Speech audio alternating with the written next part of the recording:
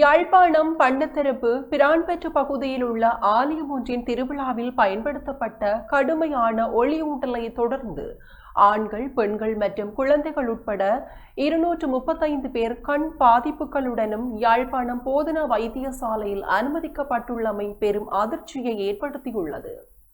பாதிக்கப்பட்டவர்களில் பலருக்கு கண்களில் கடுமையான வலி, எரிவு மற்றும் கண்களை திறக்க முடியாத நிலை போன்ற அறிகுறிகள் ஏற்பட்டுள்ளதாக யாழ்ப்பாணம் போதனா வைத்தியசாலையின் பணிப்பாளர் தான சத்தியமூர்த்தி தெரிவித்துள்ளார். அவர்கள் வைத்தியசாலையின் கண் சிகிச்சை பிரிவில் அனுமதிக்கப்பட்டு சிகிச்சை மற்றும் மருத்துவ கண்காணிப்புக்கு உட்படுத்தப்பட்டுள்ளனர்.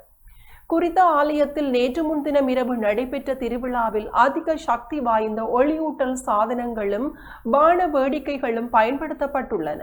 பெருமளவிலான மக்கள் பங்கேற்றிருந்த சூழலில் ஒரே நேரத்தில் நூற்றுக்கணக்கானவர்கள் கண் பாதிப்பிற்கு உள்ளாகியமை அங்கு பயன்படுத்தப்பட்ட உபகரணங்களின் பாதுகாப்பு தரம் மற்றும் அவற்றை கையாளப்பட்ட விதம் தொடர்பில் சந்தேகங்களை ஏற்படுத்தியுள்ளது. இதனையடுத்து ஆலய வளாகத்தில் பொருத்தப்பட்டிருந்த சீன தயாரிப்பு மின்விளக்குகளை போலீசார் கைப்பற்றி ஆய்விற்காக எடுத்துச் சென்றுள்ளனர். அவற்றின் மின்சக்தி அளவு, ஒளிக்கதிர்களின் தீவிரம், பயன்பாட்டு தன்மை மற்றும் பொதுமக்கள் கூடும் இடங்களில் பயன்படுத்த அனுமதிக்கப்பட்டவையா அல்லது தடை செய்யப்பட்டவையா என்பது தொடர்பில் விசாரணைகள் முன்னெடுக்கப்பட்டு வருகின்றன. எனினும் குறித்த விளக்குகளே மக்களின் கண் பாதிப்பிற்கு நேரடியான காரணம் என்பதை தொழில்நுட்ப மற்றும் மருத்துவ ஆய்வுகளின் முடிவுகளை உறுதிப்படுத்த வேண்டும். ஒளிக்கதிர்களின் தன்மை, அவை செலுத்தப்பட்ட திசை, மக்கள் அவற்றை நேரடியாக பார்த்த கால அளவு, விளக்குகளுக்கும் பார்வையாளர்களுக்கும் இடையிலான தூரம் மற்றும் வான வேடிக்கையால் ஏற்பட்ட தாக்கம் என்பனவும் விசாரணையில் கவனத்தில் கொள்ளப்பட வேண்டும். இந்த சம்பவம் தனியொரு ஆலயத்தின் நிர்வாக குறைபாடாக மட்டும் பார்க்கப்பட முடியாது.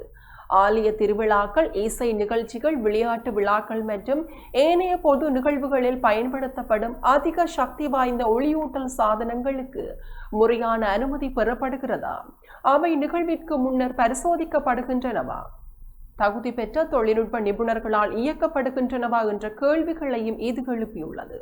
ஒரே சம்பவத்தில் 235 பேர் பாதிக்கப்பட்டுள்ள நிலையில் உபகரணங்களை இறக்குமதி செய்தவர்கள், விற்பனை செய்தவர்கள், வாடகைக்கு வழங்கியவர்கள் மற்றும் அவற்றை நிகழ்வில் இயக்கியவர்கள் தொடர்பிலும் வெளிப்படையான விசாரணை அவசியமாகிறது. பாதுகாப்பு விதிமுறைகள் மீறப்பட்டிருப்பது உறுதிப்படுத்தப்பட்டால் சம்பந்தப்பட்ட தரப்பினருக்கு எதிராக சட்ட நடவடிக்கை மேற்கொள்ளப்பட வேண்டும். அத்துடன் பாதிக்கப்பட்டவர்களுக்கு உடனடி சிகிச்சை வழங்குவதுடன் அதனுடன் மட்டும் நின்றுவிடாமல் நீண்டகால கண் பாதிப்புகள் ஏற்படுகின்றனவா என்பதை கண்டறிய தொடர்ச்சியான மருத்துவ பரிசோதனைகளும் மேற்கொள்ளப்பட வேண்டும். குறிப்பாக பாதிக்கப்பட்ட குழந்தைகள் மற்றும் தீவிர அறிகுறிகளை கொண்டவர்களின் உடல்நிலை நெருக்கமாக கண்காணிக்கப்படுவதும் அவசியமாகும். பொது நிகழ்வுகளில் பயன்படுத்தப்படும் ஒளியூட்டல் மற்றும் வான வேடிக்கை உபகரணங்களுக்கு முன்கூட்டியே தொழில்நுட்ப பரிசோதனை, பாதுகாப்பு சான்றிதழ் மற்றும் பொறுப்பு வாய்ந்த அதிகாரிகளின் அனுமதி என்பவற்றை கட்டாயமாக்க வேண்டியதன் அவசியத்தை பண்டத்தரிப்பு சம்பவம் மீண்டும் வலியுறுத்தியுள்ளது. மக்களின் பாதுகாப்பை காட்டிலும் விழாக்களின் பிரம்மாண்டத்திற்கு முன்னுரிமை வழங்கப்படக்கூடாது என்பதே இந்த சம்பவம் வழங்கியுள்ள முக்கிய எச்சரிக்கையாகும்.